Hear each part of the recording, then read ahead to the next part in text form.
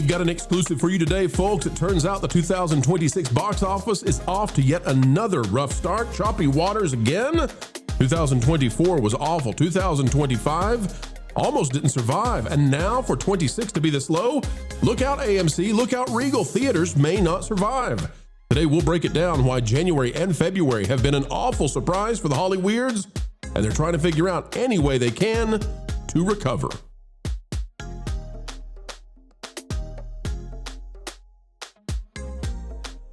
Folks, the woke apocalypse of Hollywood marches forward each and every day, and we are here to cover it all the way, saying, hey, if you would just listen to us, listen to the market, you could save yourselves, but they won't and they never will. We know the Hollyweirds better than they know themselves, folks. As we dive in today, consider clicking the like button, drop a comment down below, subscribe if you have not yet. And folks, don't fret. You want more content? We got it over on the Patreon. It's www.patreon.com/WDW Pro. The Hollywood box office is down compared to last year, but they don't want you to know that. Too bad. We're here to do so. Out of thatparkplace.com with an exclusive from little old me, Hollywood is in more trouble. The 2026 domestic box office is weaker than 2025 when adjusted for inflation. That is not how things were supposed to go, but when you're hearing from AMC and from Regal that they're in trubs, well, they're telling the truth indeed. It says, if you can believe it, we're already 2 months into the 2026 calendar year with spring almost upon us.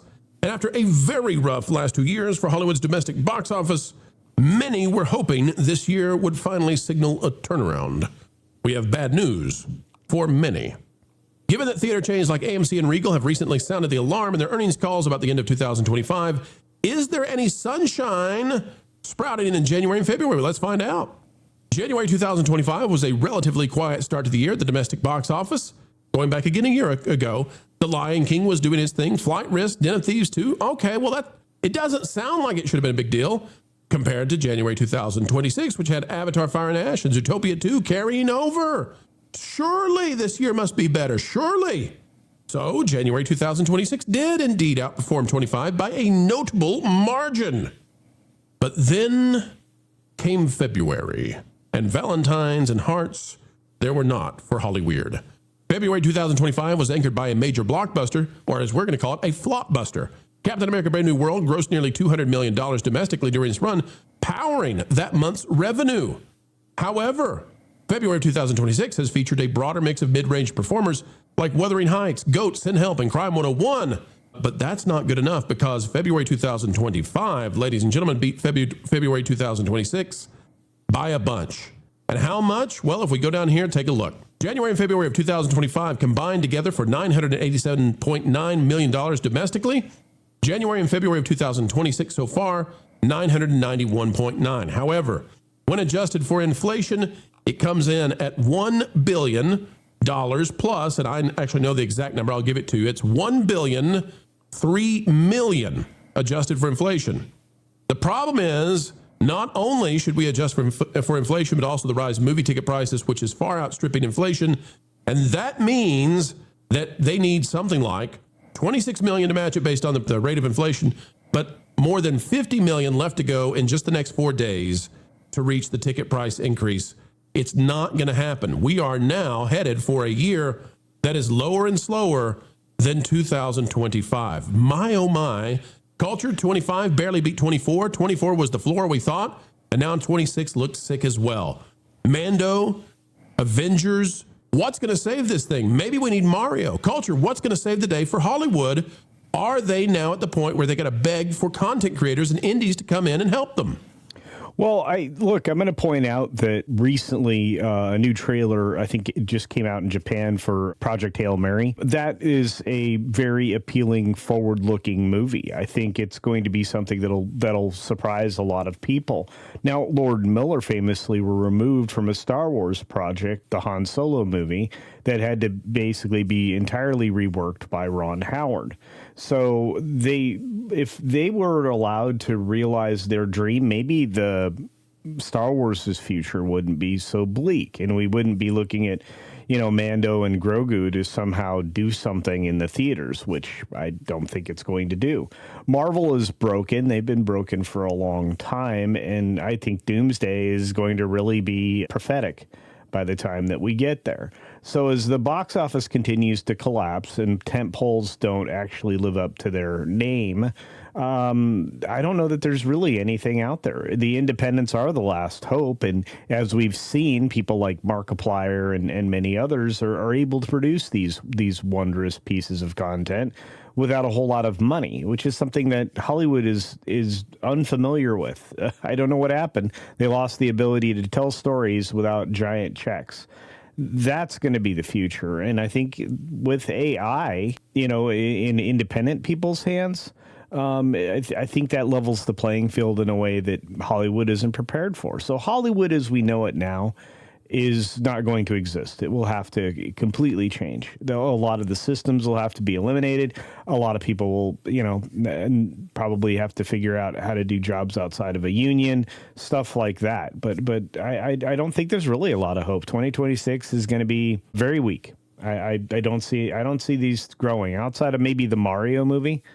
I think animation is a place you still have growth.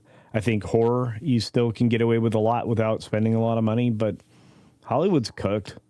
I think the key is going to be doing smaller movies with smaller budgets. And I'm actually seeing some stuff that looks like it's going that direction. You've got an A24 movie with Glenn Powell out right now called How to Make a Killing. You've got one that I was talking about last night that I'm kind of excited about. That's a Bob Odenkirk movie that is by the same director and producer that did John Wick and Nobody. It's called Normal. It's a kind of in the same vein where it's an action flick, and that looks pretty good. And I agree with you. I think horror movies are going to be a big part of that as well, because these are movies that tend to get repeat performance but have relatively small budgets. They need to make their dollars stretch.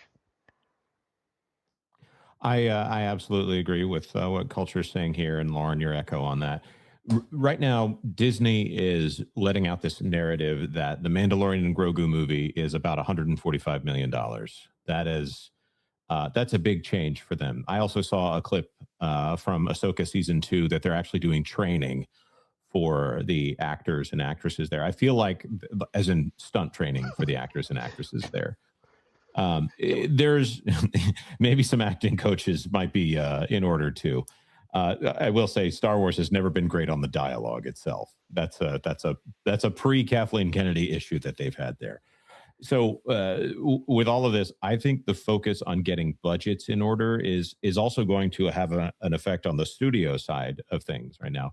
Looking at Disney in particular, it seems like there's 100 to 150 million that's just added to the production that doesn't show up on screen because there's so much corporate synergy laid on top of everything. There's too many hands that go into that pile of money before you actually get to whether or not it's going to be a good movie. And then on the back end, you have this corporate sanitization process. So in some ways, these smaller productions with lower stakes, maybe there can be a reduction in the attention given to these productions that allows it to just go out as, let's say, a solid B, instead of everyone insisting that, no, we're absolutely going to get an A++ if we make it the perfect, quote unquote, perfect film, which never happens, especially not on a corporate side.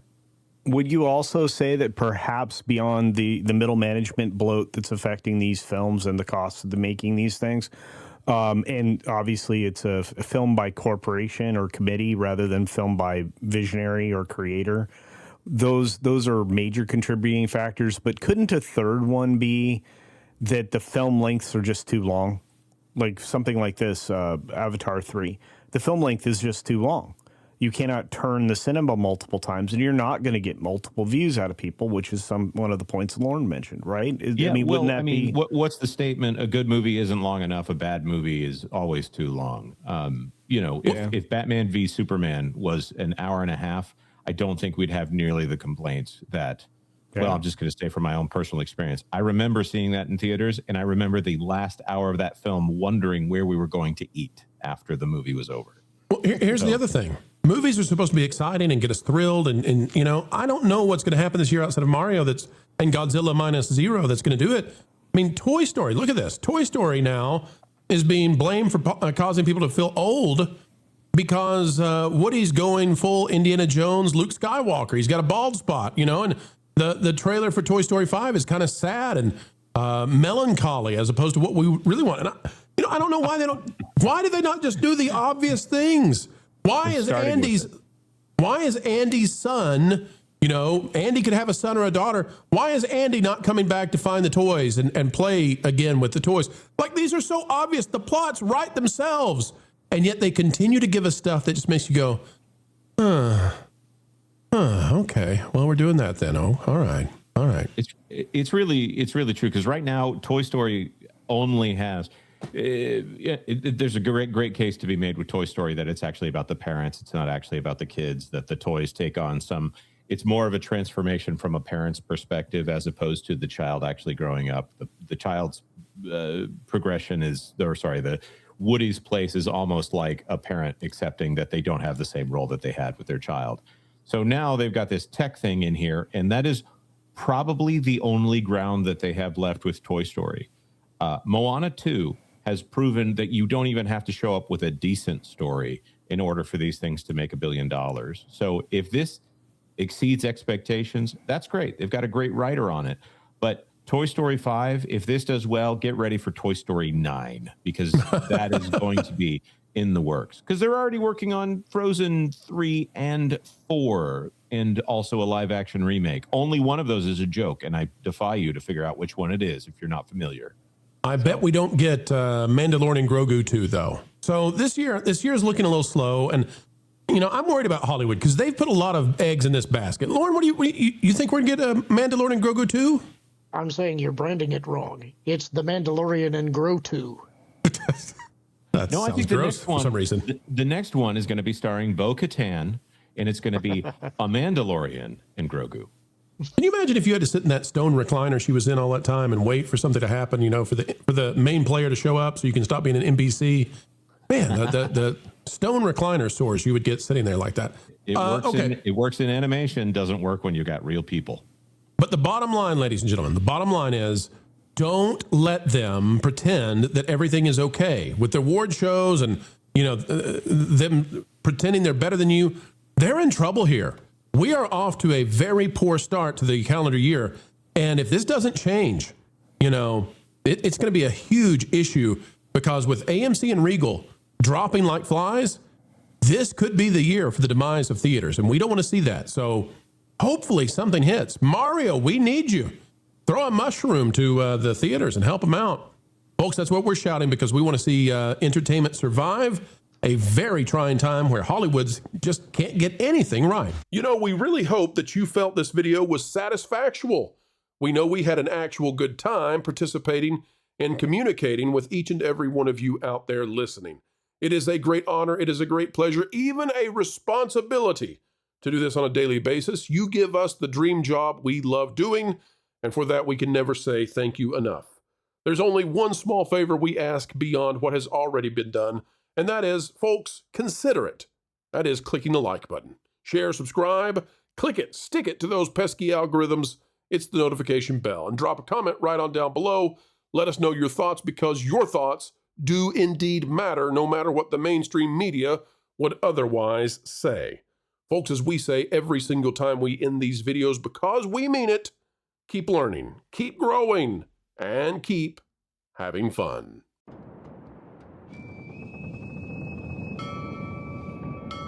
There are men who go to sea to find fortune. Men who go to sea to lose themselves.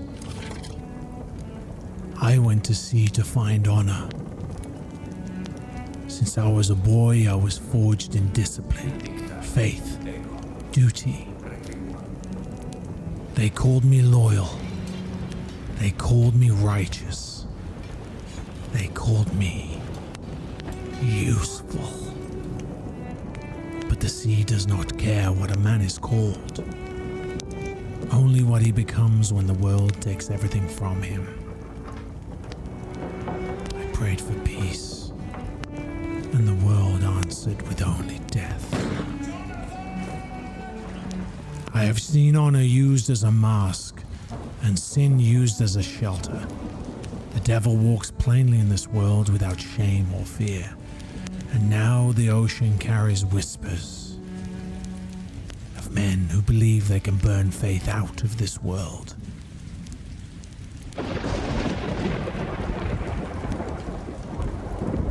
they are wrong.